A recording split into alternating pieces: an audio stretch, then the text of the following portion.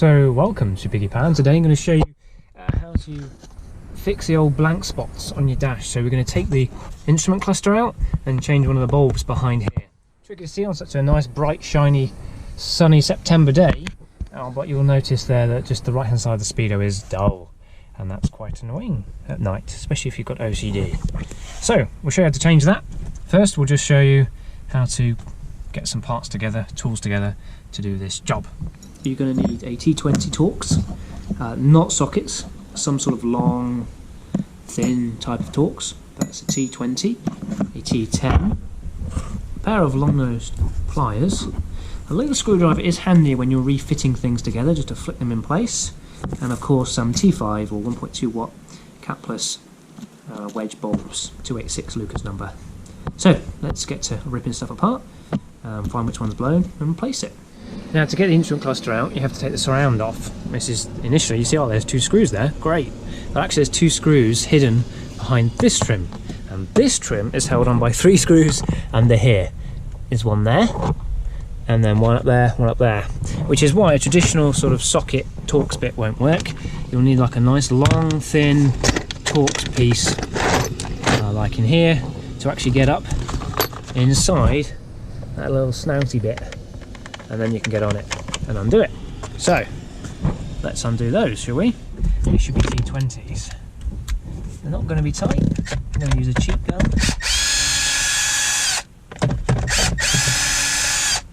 Sometimes they will stay up in there even though they're loose. Put a bit of pressure on it to actually feel it. There it is, little black screw, and put that aside somewhere safe. Dashboard, it's always a good place. And there's one at the back here. Then you have a little look up there and you'll see it. There we go. Wait. You actually don't need to get the bottom part off, it's just the top part, which I'll show you now. So the top part then just lifts up and pulls forward. You can see the little tabs at the back, so it lifts up at the front and then pulls forward. And then you can see we got one missing, so that's nice. But we should have one there and one there. You can obviously adjust the steering column on the 306, so if it's up in the air like that, you really want it all the way down so you can get in there. So we'll try and find a replacement screw for that, because it does cause annoying rattles. So does the lawnmower. There we go. So there's another 2 T20s, and the ones at the top are tiny little things. So we've then got these 2 little tiny screws at the top. From memory they are T10s. They really are very small. Oh, and it takes a bit of a fiddle to get them undone. There we go. 1, 2. Trying to do it one-handed. Not the best. It's always good to have a clean carpet when you're working on your car inside, because then when you drop a screw, you can see it easily. Or a tool, of course. So you can see they're just tiny little screws. So far you should have removed 5 screws, 3 for the cowling around the steering column, 2 for the low ones of this surround trim, and this will be 2 more again. This is quite tight, this one. Come on, baby. Come on then. Yeah, there we go. Another one. It's got a funny little shape at the bottom of that screw, or the head of that screw. So just keep that in mind for when you're replacing it. And then you pop that out, put that aside. And then you'll see we've got 3 more screws. How lovely. So we've got one there, and one up there. These again are T20s. 2 T20s at the bottom. 1, 2. Come on, baby. There we go. So we should be at a screw count of 7, 8. This will be a 9th one. And so when we're finished, you should have removed 10 screws. Of course, I had one missing. That's fine. That's normal. Someone's obviously been lazy the last time they were in here, removing bulbs probably for engine management and airbags. Okay, and then we've got one up here. So we'll use one of our little right-angled things. T20. At the top here. bottom of your screen, top of your screen, I don't know which way around this is really. There we go, like that. Okay, so we've removed the 3 screws, removed the cowl, then removed the 4 screws, removed the trim, removed the final 3 screws, and then it was pulled down at the top and the clocks are loose. Now this is a real fiddly bit, this, so we'll just put the camera on a mount and kind of show you the fight to get this out. So we've pulled the top down, the top sort of clicks in, so you lift down from the top and lean the clocks forward, and then I normally do left side first for whatever reason. It seems to be most logical. And then you're going to need to unplug it, which is back here. Now you push in a tab, push down on the yellow part of the tab, and then push back on the black piece of the tab. Now you can't see that very clearly, but we'll show you that in a little bit later when we actually get to the plugs. And then we turn the clocks around and do the same on the blue plug, which you can just see up here. There's a little blue safety clip. If you like, you push it down, and then the black part of the plug. It isn't easy. You need to have dexterity in your fingers.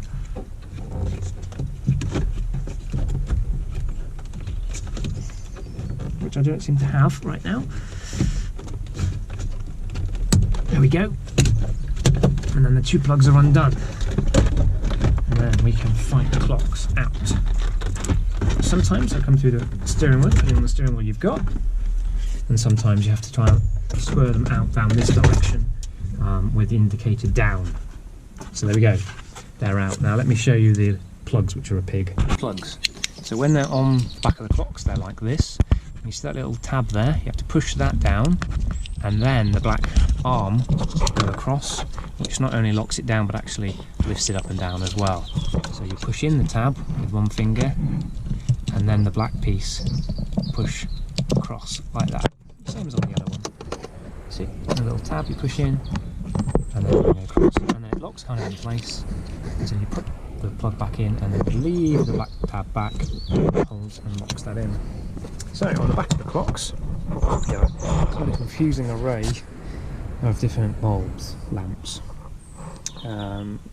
but we just need to replace the one which is lighting up this area. So it's not too tricky to work out. It must be, well, quite likely that one. You could say it might be that one of those. But the easiest way is to kind of go, okay, well that's the clocks there. That's behind the clocks. We can see the clock quite easily, like the miles. And it was this side of the speedo which we couldn't see, so it must be this one. Now I can't get it with my fingers. Maybe if you had thinner fingers you could. You can get these all right. They just twist. So we'll get a long pair of pliers and pull that out and show the little lamp. So we're going to go for this one. So we get the pliers on. Just gently twist anti-clockwise and lift out, and there it is. Now what you can also do is kind of look up in with the light through it, and you'll be able to easily see whether that is like those bulbs there, an airbag light which is missing, brilliant, choke, something else, or whether it's an illumination light, which there won't be any symbols behind it. So that is clearly an illumination one, and there is our little lamp, our little bulb. Now I'm going to have a look off camera, close up, and you can see that the filament has blown. I'm not going to be so sure that on camera you can really see that. Let's try it against something like that.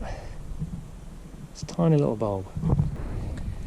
Now sometimes these are 1 unit, so you can buy these with the holder, but these, if you very gently hold the bulb and pull, it actually comes out, and then you replace this piece.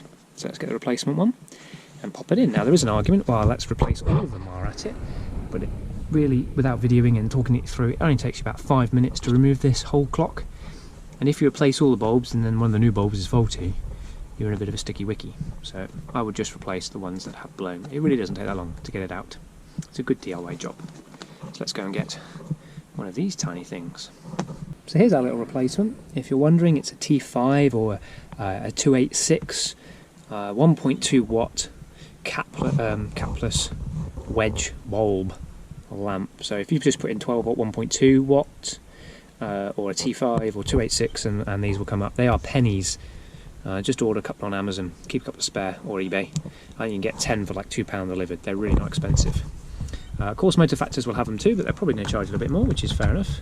So we just put it into the holder, give it a twist. They're not orientated either way. You can put the bulb in either way into the cap, and the cap will go either way, and it will work fine. What I would suggest now is we're just going to plug it in, and before we put the screws in, we'll just turn the side lights on and check that it's working, because that would be annoying if it wasn't. So let's do that. So as I say, yours might not slide through its steering wheel. You might have to wiggle up from the left hand side. I find there's more space here over by the stereo than there is on this side, just because of the wiper mechanism, wiper arm, whatever your store keeper thingy. Right, and then we're going to get these plugs plugged in, which I've now lost behind the dash, so that was a fool. You're a fool, Piggy, you're a fool. There we go, found them. Yellow and blue, go for yellow and blue, obviously. Can't really get them wrong. So, with the black tab all the way round to its open position, you push it in and simply let the black tag as you use it hold the plug, pull the plug in and lock it in place. Do the same with the yellow one. Where have you gone? There we are. So with the black in the full open position, the black tab, a little bit of pressure on the top of the plug, and then click, you roll that black tab round and it pulls the plug into the pins and locks in place. Right, so I'm just going to line up the bottom two screws, click it in place, no screws in at the moment, turn the side lights on, and we can see, yep, all working lovely, as is the beeper.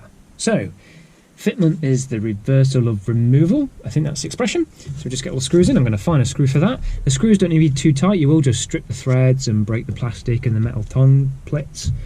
Just, you know, basically finger tight. Just get it snugged and then a little tweak to hold it tight, and that's done. The trickiest part is this cowling on the top here. Take your time. You might get caught up in here with all the these bits because they get trapped around the stalks, which still works, but it looks rubbish. So just take your time with that. It will take longer to put it back together than it took to take it apart. I hope this has been helpful. One, for either just removing your clocks or to get to those T5 wedge 286 1.2 watt bulbs, lamps. And yeah, I hope this has been useful. Give it a thumbs up, comment. If you need any guides done, I'll do them. Why not? If there's enough requests, I will do a guide for you. Thanks for watching. This is Piggy. This is Piggypower. Piggy out. Oink.